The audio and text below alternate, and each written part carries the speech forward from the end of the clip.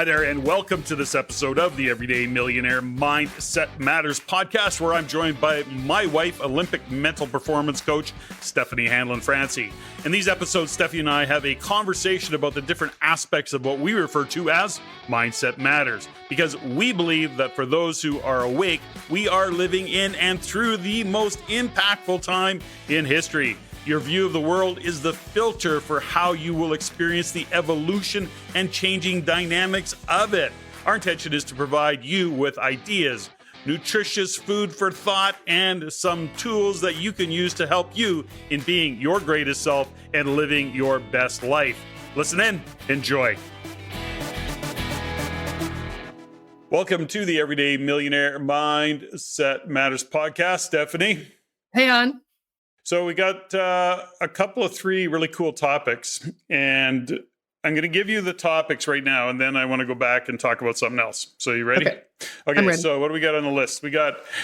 This is an interesting one. This was done by a group of business guys with some Harvard degrees or something, and it's kind of funny. So we're going to talk about it. It's called the 6 Key Strategies for Leaders. 6 Key Strategies for Leaders. Doesn't that sound profound? That sounds fascinating. Okay.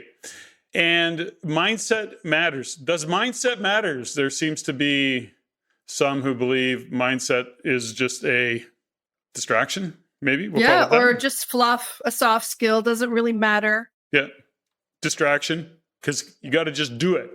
So mindset versus just do it. Well, we're going to unpack that a little bit. And we're going to touch on a couple things around clarity and velocity and what velocity is all about. And yeah, so that's it. That's what we're going to talk about. But before we get there, you're leaving for Colorado. You're abandoning, you're going away from home again. And I know you love to not do that. Yeah, this is hard, especially now because my garden is in and the sun and everything's coming together. The dogs are happy. You're happy. We've got everything organized. And then bam, I get on another airplane. Yeah. Cool, though. Let's, I think I'm proud of you. You're getting an award, which is really cool. So that's in the USA. That's a is it US skating? US Figure Skating, PSA, Professional Skaters Association combined award, Coach of the Year in the science and technology realm, which is so interesting because I'm not a big, technology guru, but I've been using technology to coach for almost 30 years. And I realized that the programs that we've built and through all of the stuff that we've done is that technology has been a really key factor in the success of everything, whether it's Quantum Speed, Pro Skate, Ice Academy, Montreal. We've been doing it for a long time, and I didn't realize that I was a bit of a trailblazer. There you are. And you still haven't even figured out who nominated you, so good for you.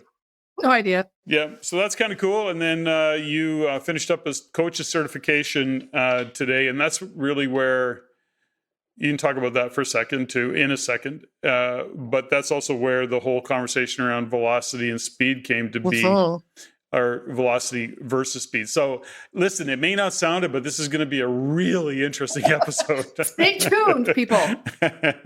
Stay tuned. Okay, so anything you want to add? No, other than today is a beautiful day in the neighborhood, and it's Mother's Day somewhere in the world, in North America anyway. And I got totally spoiled.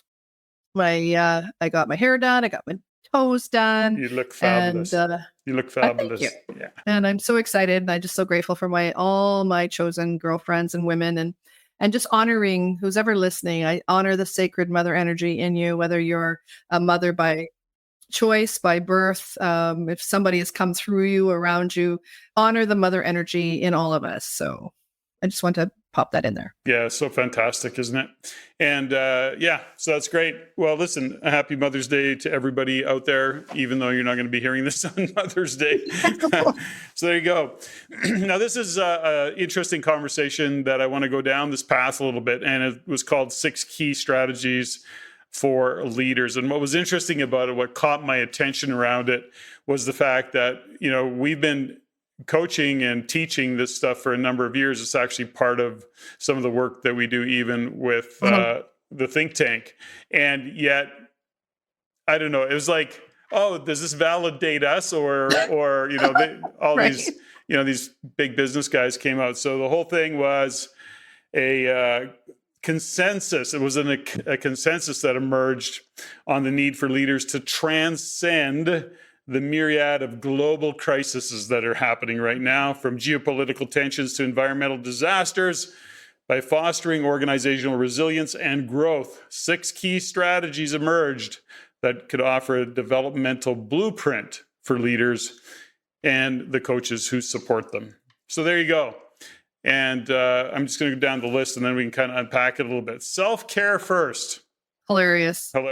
We talk about this one. We'll get back to that one in a minute. Lead with values. Oh my gosh. This is so values. Great. Well, this is a little bit tongue-in-cheek because, like I say, we've been teaching this for a long time, and this is like a revelation, the way this was written. And the writer may have misstated it. I don't know. Anyway, seek opportunities, reassess your purpose, redefine winning, and create energy. Every single one of these maybe says slightly different. And we'll start with number 1, because I think they are of value. That's why we talk about them. And again, for me, because this was some probably Harvard thing. Smart people. It's the smart people. Way smarter. Yeah, apparently. Anyways, I just found it. I'm going to actually look. Okay. His name's Paul Byrne. Paul Byrne. The author. Yeah. There you go. Thanks. You're welcome. Paul Byrne. Anyways, credit where credit is due. And Paul, that's good. Good for you. You made it look really good. And because you're a big deal, it validates it for us too. So cool. Now, the reason these are important topics though, right? So we talk about self-care. It's interesting that we look at it from a couple different aspects. And one is that we say, be the change you want to see in your world.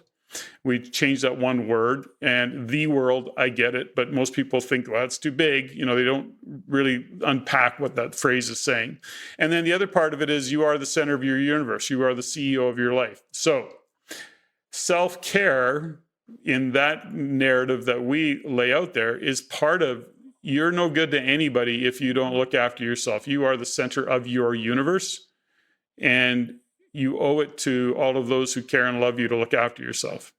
You want to add to that? I think the biggest thing that gets confused in that realm is that, especially for me, and I don't know if it's my sacred mother energy, but I do have this need to overcare, kind of like overdo, trying too hard guy. I become that guy, and I realize is that if I don't turn that around, and my theme for 2024 was self-care and getting back in touch with my meditations. I also have meditated, but now I'm back twice a day, getting back in touch with my workouts, getting back in touch with nature, taking care of myself so that I have the energy to take care of you and the compound and the dogs and all of our family and chosen family. So I think when it comes to self-care, it can't be understated. Self-care is not selfish. It's self-full. So that's such a great point. And, I'm going to add something that kind of, well, I'll say it this way. What I like about your self-care, it includes care for me.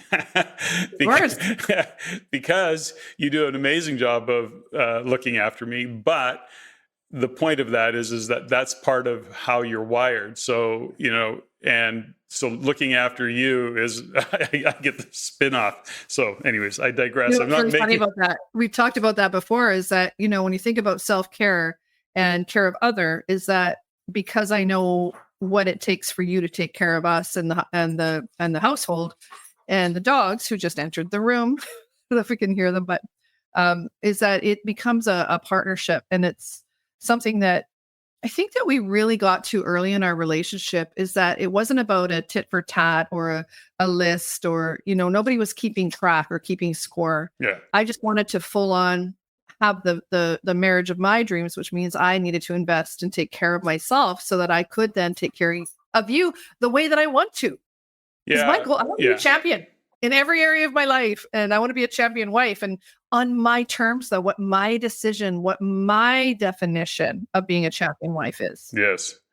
And you're brilliant. You are an all-star at being a wife. No doubt about it. Okay. So that goes back to, we'll leave on this point, and that is we use all the metaphors, all of the cliches, all the things.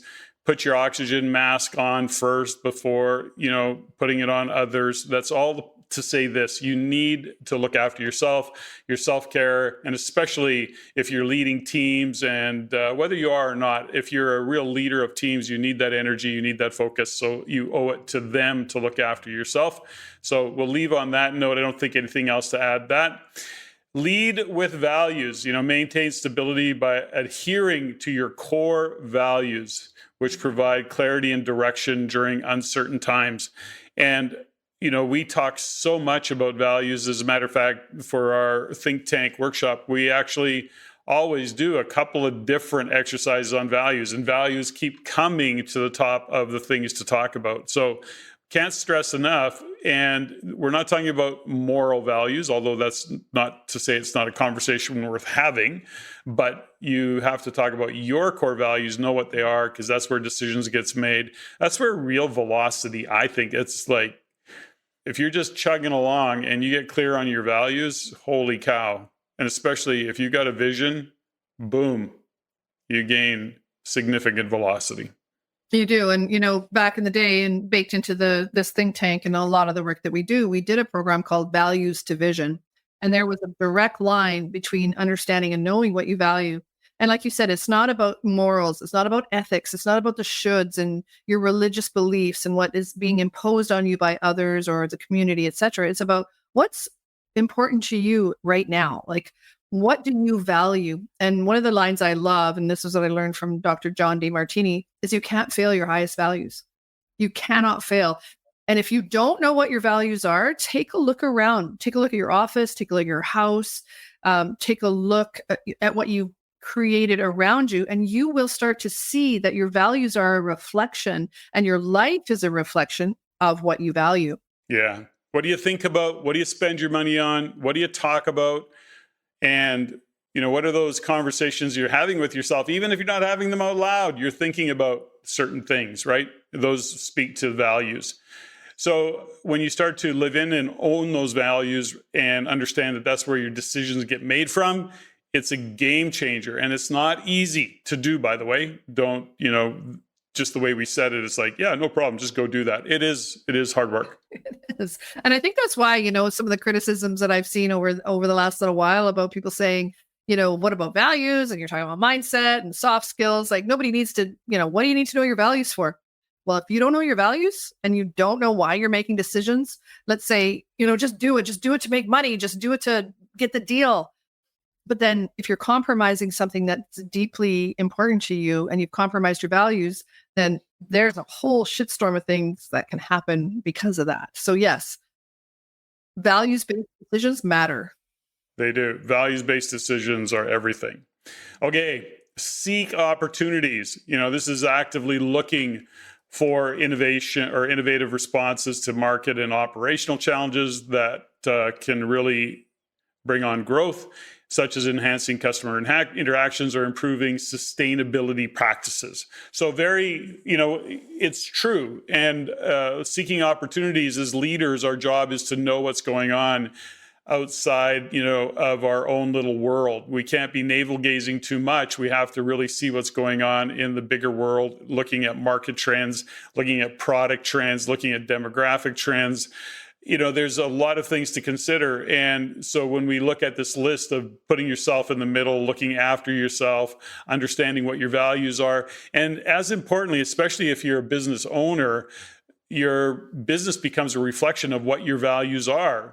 And it's important to get to that place where within the mission of your business, you're really clear that this business is a representation of you as the pointy end of the spear. Anything you want to add to that? Yeah. What's really funny is I didn't want to step over the term navel gazing, because when I use that term, people go, what are you talking about? What are you talking about? Yeah. Navel gazing, thinking about like everything's revolves around you, and the self-centeredness of that, the narcissism of that. When you're navel gazing, you only see things through how it affects you. And when you're making a values-based decision, or you're creating a company or a business with values as the constant, then it's very important to shift yourself into the bigger picture and not just be staring at yourself at your navel. So I think it was really important to make sure we didn't step over Clear the that fact up. You felt you needed to clear it up. No, I'm glad you did.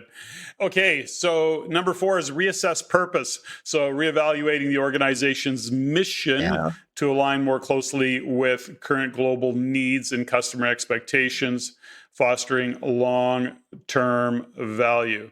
The world has changed. The world has changed, and it's up to us as business owners to look at what those changes are and see where we can step in.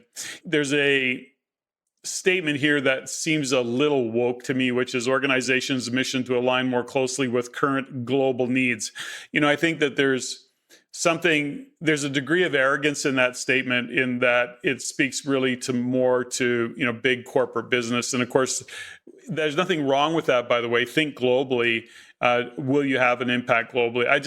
There's just the way it was worded landed kind of funny for me. So Forget that. I think the biggest thing, for us is that we're boots on the ground. Like, we're the people that are in survival mode, trying to make sure we keep people employed. We want to keep people moving. We want to keep people active. I think about our hockey business, our retail stores, our coaching businesses. Like, it's us boots on the ground that are trying to support and help people to shift into a new reality. I don't see the big businesses, the big banks and the big corporations, helping us little guys trying to do this. So the divide that's happened, I could go on a whole rant about how they're trying to destroy the middle class, et cetera, et cetera. But I think ultimately, if you're listening to this, you're a leader, whether you're a leader in your family, a leader in your business, a leader in the job that you have. I just went to the local grocery store the other day and had an opportunity to just chat briefly with one of the ladies that was checking me out, because I don't do that whole self-scan checkout thing. I go and I talk to people, and I want to make sure that I'm empowering them to keep their job ultimately. And I use cash, by the way, just a little plug. And she said, I was a teacher for 37 years, and I now have to work at the grocery store to keep myself going. And I said, you know what?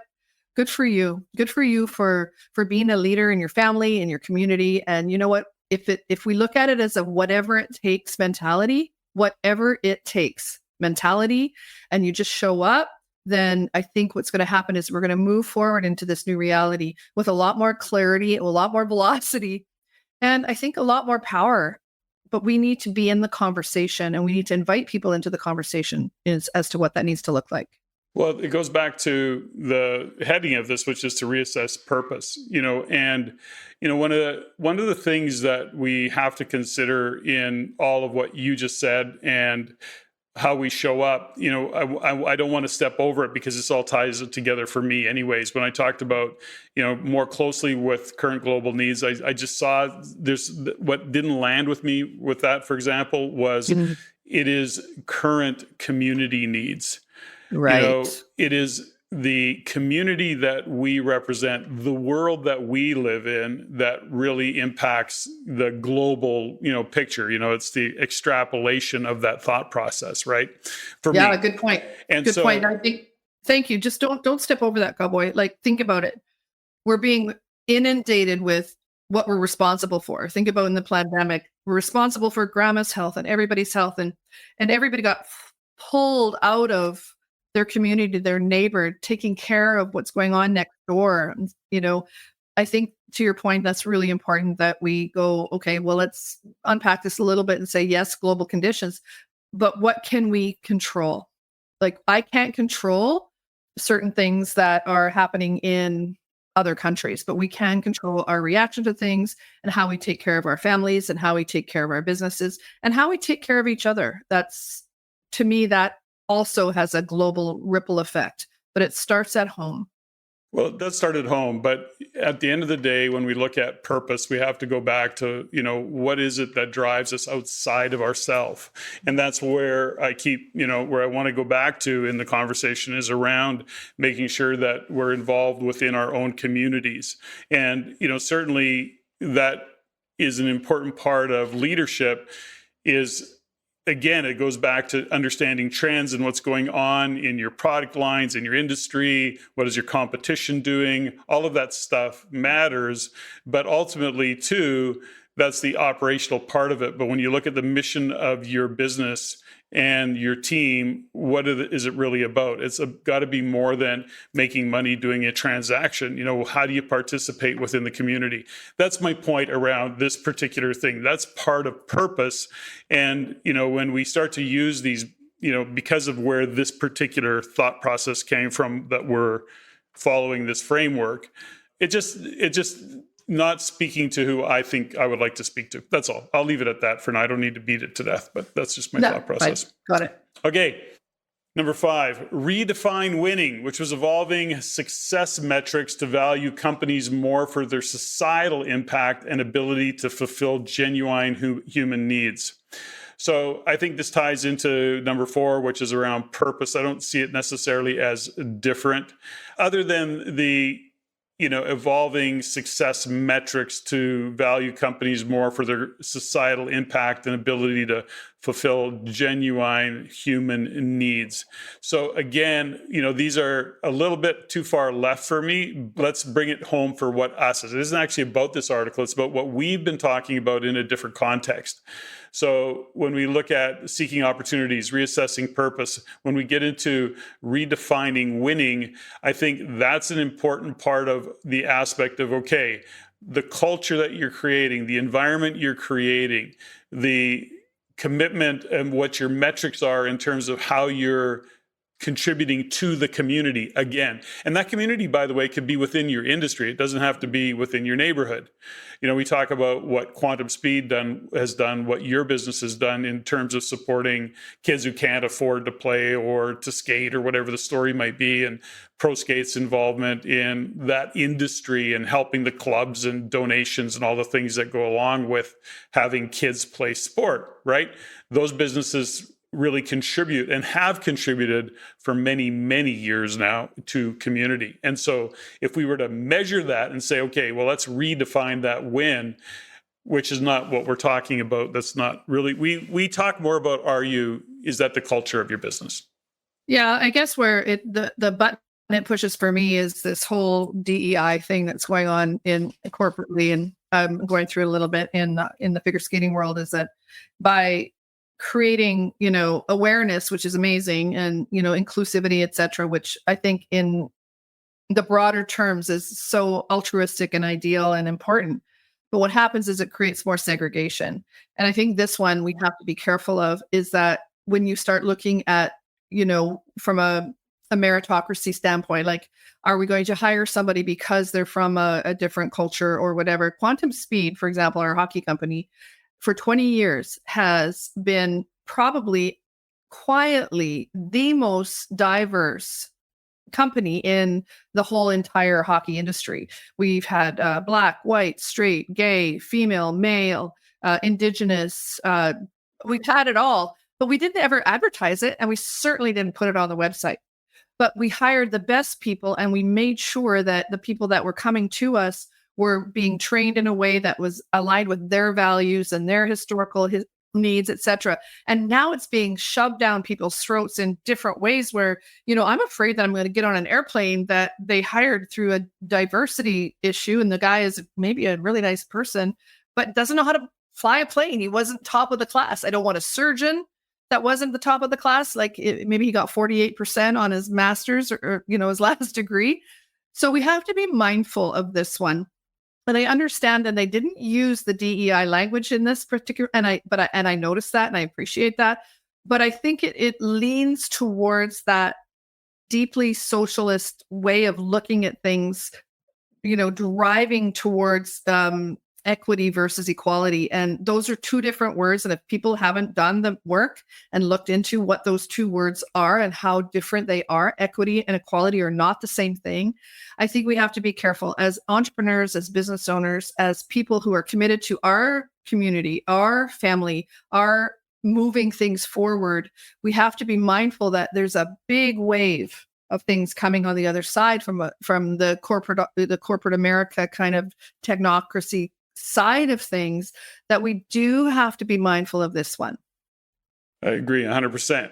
And, something within all of this is that this goes back to as leaders, because this is what we're speaking to is leaders. And one of the things on the list is understanding your values. Now, it doesn't take long to get into a conversation with Steffany and I about a couple of these topics, and you start to understand what our values are. Now, you may not align with them, and that's fine. There's not a right or a wrong in this case. The point is that when it actually comes to the things that we're going to and are facing now, is that if we aren't really strong in our values, we will make decisions that we kind of try and walk the gray, we walk a line, and we are not on either side of that line. So we're in this gray zone. It's not really a decision. We're not really taking a stand for what we want the business to be about, the culture to be about, the team to be about. We're not attracting people that are aligned with our values. So these are really important when you start to look at what's going on with, even the conversation that Steffany just went, that kind of tangent. It's not a tangent, but that little rant you just went on, it really speaks to being clear on values and then being able to make decisions from there.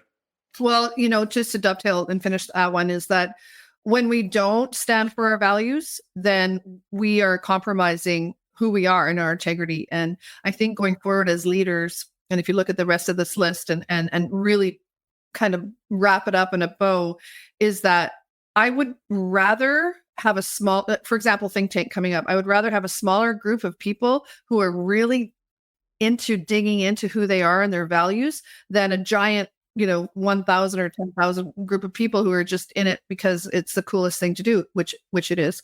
But I would rather be able to really take the time and help people to unpack that, because really at the end of the day, it's you and your God, you and your world that you need to make a difference to. And that's really why I feel this one is something that I needed to just go on a little rant for. Okay, beautiful. Okay, so last and not least, create energy. We say things a little bit differently. This is building a positive and supportive company culture that motivates employees and encourages collaboration and innovation. So that's great. That is about creating culture, understanding what the purpose is of the business, understanding what the values are of the business, bringing the team together so that they align, so that they actually have clarity, so that you have velocity. Nothing beats working with a team that is all aligned, has been in the same conversation, and then is actually executing on a plan. It's really fun stuff. It's so fun. It is so fun. So that's it. This validated a little bit of what we talk a lot about. Like I say, it goes a little bit left for me, but who cares? It is what it is. And but at the end of the day, I don't disagree with a bunch of it. I think there's a couple points there that, it's just the way it's worded, maybe. I'm not a fan of it. Okay. Well, think about just to wrap that up is that, you think of left and right, it's two wings of the same bird, really. So if you know your values and you're flying and you can pick and choose what it is that you stand for, then people can find you. That's what I love about Think Tank. People are going to find us because it resonates with them. And they're going to find the work that resonates with them. If it's us, if it's someone else. Mm-hmm. Is that mindset work is truly, I believe, the foundation of success. And I've proven it over the last however many years in sport. We've proven it in business. Are we perfect? No. Do we suck at certain things? Yeah, of course. But we're also not pretending to be perfect. So even the environment that we're creating for Think Tank is about getting to the point where you're clear. And when you're clear on your values, the velocity kicks in. And unfortunately, and fortunately at the same time, what you say you want could come really fast. So you better be prepared. Exactly. Be very, very prepared, but we'll get you prepared. That's what Think Tank's all about. Okay, so back to what you kind of started on there. I thought you were going to go off on it, which is the segment called Mindset versus Just Do It. Now, this was just an interesting, we don't have to spend a bunch of time on it, but ultimately you were listening to a couple podcasts, and in one particular podcast, they were talking about, it's not about mindset, just do it. Quit getting out there and being all airy-fairy and esoteric or whatever language they used. You just got to get out and do it. So I'm going to say, I'll have a comment that I'm going to pass on to you, okay? What's hilarious about that? That's a mindset. That's a mindset. Exactly. Just get shit done. done. So your mindset is just do it. Good for you. Some people need to go through a different process. Yes. And understand that, my process is that if I am out of alignment, I can blow shit up. Like I need to be aligned with my values. I need to be truthful. I need to, if I'm screwing up, I have to get that feedback so I can put the correction in. So because my values and my vision, my purpose, for example, is more important to me than being right, for example. So I don't have a high value on being right. Mm-hmm. I have a higher value on being aligned with my purpose, which means I got to be reevaluating stuff all the time if things aren't working. And mindset and language and the ability to take the language and turn it into the thoughts, because our thoughts are created by how we speak to ourselves. So I'm not talking about mindset in terms of anything airy-fairy or whatever, but when I was seeing and reading these criticisms online about mindset bullshit, and, it's just airy-fairy and just go out and do it. Successful people don't worry about mindset. That is a big fat lie right there, because the most successful people in the world are very clear on their mindset. Well, there's a couple of aspects to it, right? So there are those individuals who have this mindset just built into them. They have a very overachiever, get stuff done kind of mindset. Now, because I've had many conversations with individuals like that, especially early on in the relationship, they usually start with, my mindset's fine. Like I've got a pretty strong mindset. And what they have a problem with is, it'll be within their family, within their relationship. They're not well liked from the team. So there's a part of it where it is really about being aware. So this goes back to the conversation of, it's not a destination. It's about who you're being. You look and have a vision of how you show up. That takes awareness. So some individuals are just wired to get stuff done. They kind of come out of the chute that way, or that's how they were raised, and it's never an issue. The imbalance isn't for getting stuff done. With them, that's how they measure success. How much money did I make? And am I getting stuff done? And so that's primarily what drives them often. Not always, but often. So the point of it is that then there's 6 other areas of life, or 5, that they're not paying attention to, and that isn't great. And that's also part of mindset. That's my point around that. Oh, you know what? That just made a light bulb go off in my head. Thank you for that. Because it's true. It goes back to the 6 things about how do you define winning. Like some people only define winning is if they crush the deal, or if they beat somebody else, or in competition, they, destroyed the opposition. And to some people that's winning. And for me, winning is way more than that. Is, have I stayed true to myself? Have I succeeded? And yes, I love to compete, and I love to win, and I love to beat other people, but that has a small component to it. And am I doing it in my values and in integrity with who I say I'm being? Am I being snarky? Am I being manipulative? Am I being backdooring? Those are things that are not on my radar. So when I hear people talk about winning and changing the attitude of winning, it's really about, for me, winning in all 7 areas of my life, maybe not all at the same time. It's a bit of a juggling match, but having a definition and knowing what it takes to do the deal. Like I would rather do a slow deal and stay in integrity with myself and lose the deal than, lose my soul. Well, there's a couple things around all of this, and again, we go back to some people just measure their success by how much money they made and how many things they got done. How big is their business? How many operations have they got? How many, how many divisions, whatever. They're measuring it from that place. They're not then necessarily looking at it and going, how much joy do I have in my life? How much happiness do I have in my life? How are my relationships? I was just listening to a podcast, Lewis Howes, and I don't remember the guest, a very, very accomplished neurologist, and a brain surgeon, which I'd happened to have Chris Honey on my show. So I was really listening to this guy. Now he's uber successful, made hundreds of millions of dollars. And at one point he was sharing this whole story, and I know I'm going off on a bit of a tangent, but I'll come back. And basically the story was I'd achieved everything, 5 houses, $80 million in a bank, like he, a Porsche, a Ferrari, like he had everything, and he hated his life and then lost it all. And the point of it is that his realization in writing the book that he wrote was the reality that, we can't measure success there.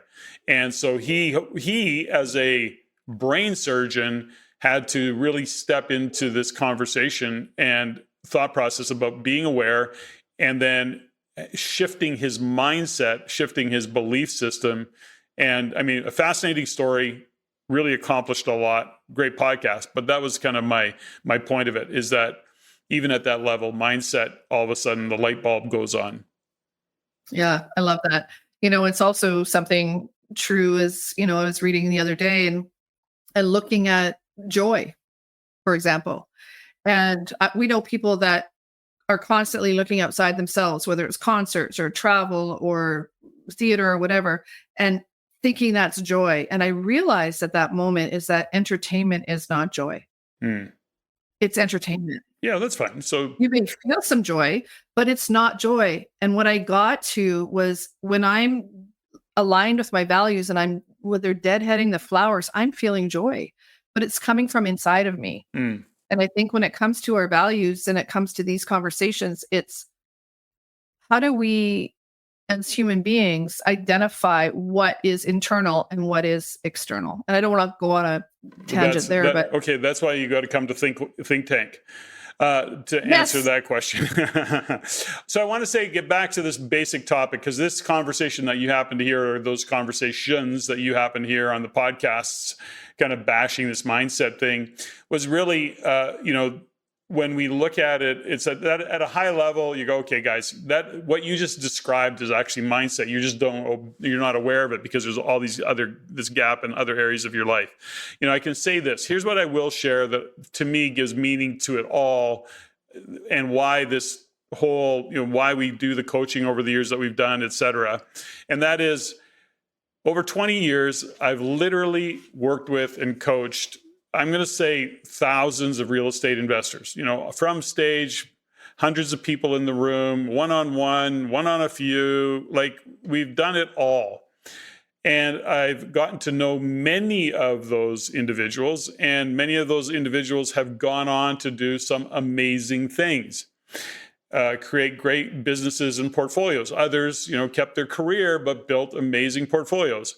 Then there's a group of people where they just didn't get anything done. They did nothing. They hung around for 2, 3, 4 years and never bought a piece of real estate.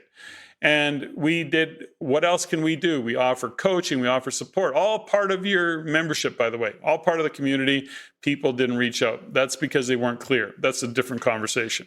The point is this: what's the difference that I've learned over 20 plus years of working with that many investors and business owners? By the way, 60% of the community is self-employed. And so the point of it is, what's the difference? And the difference is 100% mindset. What drives them, their awareness, their understanding that they have to push themselves, they have to get uncomfortable, all of the things that we talk about. So that's all to say that mindset does matter. It isn't a case of just do it. Yeah, no, and I appreciate you saying that. And don't step over, Cowboy, the fact that the people that I was listening to that were kind of dissing mindset were dissing people, like Tony Robbins and, Joe Dispenza. And like, the proof is in the pudding. I think they're doing okay. Yeah. Yeah. And so I think when you're defending what you're doing, for example, out there in the world, and you're looking at people like us that are just trying to figure shit out, take a look at what you're judging, take a look at what your needs are. And to your poster in the back there that says own your need, that little thing that you got from Cheryl for your birthday, own your need. If there's something that I need, I know it's my responsibility to go out and figure it out. And my mindset of a growth mindset is that I want to figure stuff out.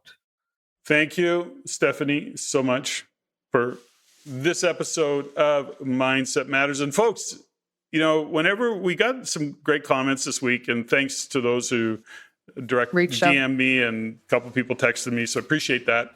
It's just that in a world where, as we stretch into what's new for Steffany and I and what we're doing, and there's lots of interesting, I don't want to call it criticisms, but it's definitely there. So when we get a good word, it's always encouraging. So I want to say to those, you know who you are. Thanks for the notes. Thanks for the messages.